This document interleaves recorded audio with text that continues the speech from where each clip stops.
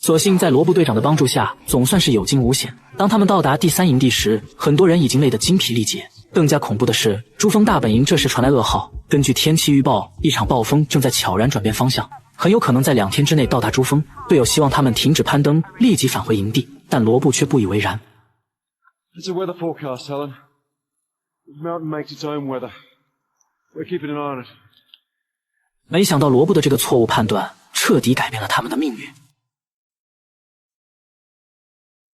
第4营地是攀登珠峰之前的最后一个营地，距离顶峰只有1000米的高度。他们接下来就要到达南澳，这个地方被称为死亡地带。就在深夜，狂风戛然而止，周围变得格外寂静。